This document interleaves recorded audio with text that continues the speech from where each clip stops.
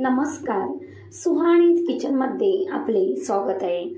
आज आपण पाहणार आहोत खमंग खुसखुशीत भाजणीची चकली।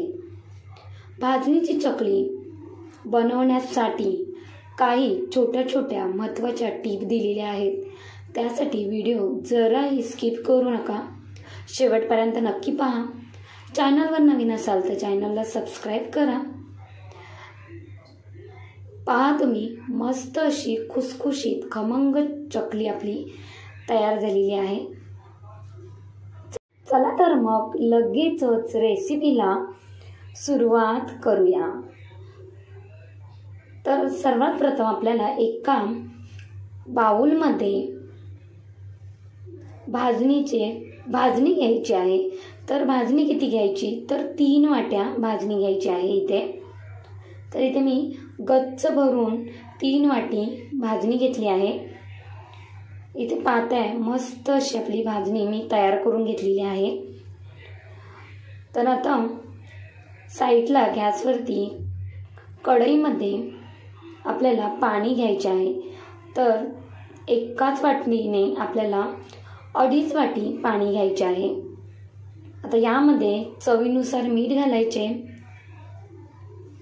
अर्धा चम्मचभर हिंग घालायचा, पाव चम्मचपेक्षा थोडासा कमी हळद घालायची आहे, तिखट 1 चम्मचभर घालायचे, ओवा 1 चम्मचभर हातावरती थोडासा चोळून घालायचा, म्हणजे त्याचा स्वाद आहे तो छान असा उतरला जातो चकलीमध्ये। 2 चम्मचभर तीळ घालायचे, पांढरे तीळ घालायचे आहेत आणि इथे 2 चम्मचभर तेल घालायचे आहे। तर आता गॅस चालू करून पाण्याला व्यवस्थित उकळी काढून घ्यायची आहे। व्यवस्थित उकळी काढून घेतली आहे। आता गॅस थोडासा स्लो करायचा आणि त्यानंतर भाजणी यामध्ये घालून घ्यायची। तर भाजणीची चकली खूपच मस्त तयार होते आणि खमंग खुसखुशीत तयार होते। तर आता चम्मचच्या साहाय्याने हे व्यवस्थित एकजीव करून घ्यायचे आहे। तर इथे मी व्यवस्थित असे एकजीव करून घेते आणि आता आपल्याला यावरती झाकण ठेवून 5 मिनिटाची वाफ काढून घ्यायची आहे। त्यापेक्षा जास्तीची वाफ अजिबात काढायची नाही, फक्त 5 मिनिटच वाफ काढायची आहे। 5 मिनिटानंतर झाकण काढून घेतले आहे आणि एका प्लेटमध्ये हे सर्व मिश्रण काढून घ्यायचे। आता मिश्रण काढून घेतल्यानंतर चम्मचने हे एकसारखे करून घ्यायचे, म्हणजे पटकन असे थंड होईल। आता हे थोडेसे थंड झाले आहे। आता लगेचच आपल्याला हे मळून घ्यायचे आहे। तर थोडे थोडे करून आपल्याला हे व्यवस्थित असे हे मळून घ्यायचे आहे। तर इथे मी पाणी घेतले आहे आणि थोडे थोडे पाणी घालून आपल्याला हे व्यवस्थित असे भिजवून घ्यायचे आहे। तर इथे जास्तीचे पाणी अजिबात लागत नाही, थोडेसेच पाणी आपल्याला हे कणिक भिजवण्यासाठी लागते। तर इथे कणिक कितपत भिजवायचे आहे, तर आपण पुरीला जसे कणिक भिजवतो ना, त्या पद्धतीने कणिक भिजवायचे, म्हणजे चकली काटेरी तयार होते। तर आता व्यवस्थित कणिक भिजवल्यानंतर त्यातला थोडासा गोळा मी काढून घेतला आहे आणि तो हाताने व्यवस्थित अगदी मळून घ्यायचा। मळून घेतल्यानंतर जे राहिलेले पीठ आहे ते सुद्धा मी एका बाउलमध्ये झाकून ठेवायचे, म्हणजे ते अजिबात कडक होत नाही। तर आता चकलीचा साचा घेतला आहे आणि त्यामध्ये आपल्याला चकलीची जी प्लेट असते ती लावून घ्यायची आहे आणि कणिक भरून घ्यायचे आहे। कणिक भरून घेतल्यानंतर अगदी दाबून भरायचे, म्हणजे काय होते तर चकली पाडताना अजिबात तुटत नाही। तर इथे मी पहिली चकली पाडून घेते एका प्लेटवरती। तर प्लेटला अजिबात मी तेल वगैरे लावलेले नाही आहे। तर इथे पाहताय तुम्ही, एक चकली व्यवस्थित अशी पडलेली आहे। तर इथे मी दुसरी चकली तुम्हाला पाडून दाखवते। चकली पाडताना पहिला वेढा असतो तो हाताने गोल करून घ्यायचा आणि बाजूने अशा पद्धतीने व्यवस्थित वेढे पाडून घ्यायचे आणि जो शेवटचा वेढा असतो ना तो चिटकवून घ्यायचा, म्हणजे तेलामध्ये चकली आपण सोडू तेव्हा अजिबात ही चकली पसरत नाही किंवा तुटल्यासुद्धा जात नाही।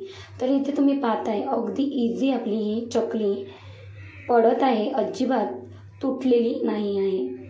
तर इथे मी 4 चकल्या पाडून घेतल्या आहेत। आता लगेचच आपल्याला या चकल्या तळून घ्यायच्या आहेत। तर त्यासाठी गॅसवरती कढई गरम करायला ठेवली आहे। तेलसुद्धा व्यवस्थित गरम असायला हवे। चकली सोडताना गॅसचा फ्लेम हाय ठेवायचा आहे आणि एक टीप म्हणजे तेल कडकडीत गरम असायला हवे।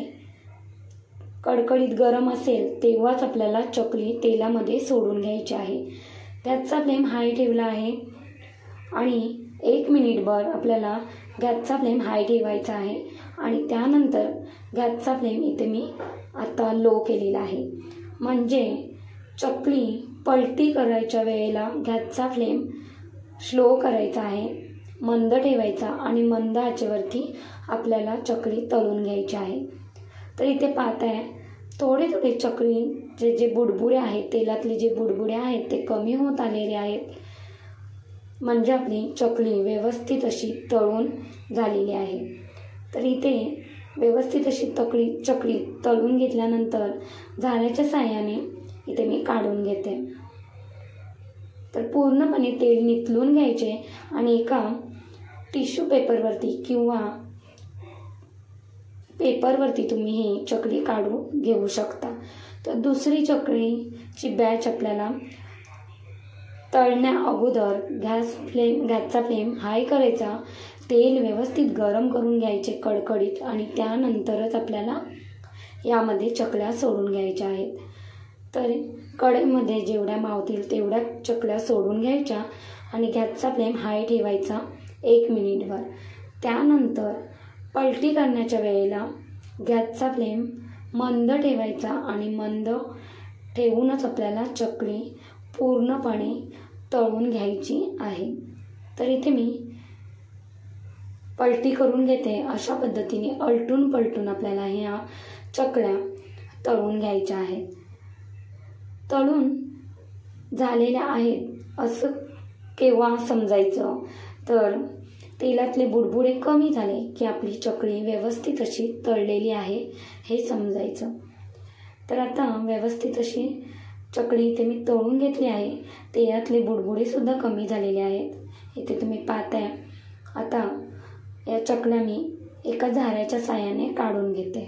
तर अशाच पद्धतीने तुम्ही चकल्या करून पहा, खरंच खूपच खुसखुशीत आपल्या या चकल्या तयार होतात आणि खमंग खुसखुशीत या भाजणीच्या चकल्या चवीला सुद्धा भन्नाट लागतात। तर खरंच अशा पद्धतीने तुम्ही चकल्या करून पहा। तर इथे मी सर्व चकल्या करून घेतलेल्या आहेत, बनवून घेतल्यात आणि मस्त अशा खुसखुशीत तयार झालेल्या आहेत। अजिबात तेलकट होत नाहीत या चकल्या। तर मी सांगितलेल्या टिप तुम्ही नक्की फॉलो करा, म्हणजे तुमच्या चकल्या व्यवस्थित तयार होतील आणि खुसखुशीत सुद्धा तयार होतील। तर इथे मस्त अशी काटेदार आणि आतमधून पोकळ चकली आपली तयार झालेली आहे। एक चकली यातली मी तुम्हाला तोडून सुद्धा दाखवते, अगदी मस्त अशी खुसखुशीत तयार झालेली आहे आणि तेवढीच चवीला सुद्धा ही चकली भन्नाट लागते। तर येत्या दिवाळीला तुम्ही अशा पद्धतीने भाजणीची चकली एकदा नक्की करून पहा। तुम्हाला रेसिपी आवडली तर एकदा नक्की लाईक करा, शेअर करा आणि सुहानीज किचनला सबस्क्राईब करायला विसरू नका। धन्यवाद।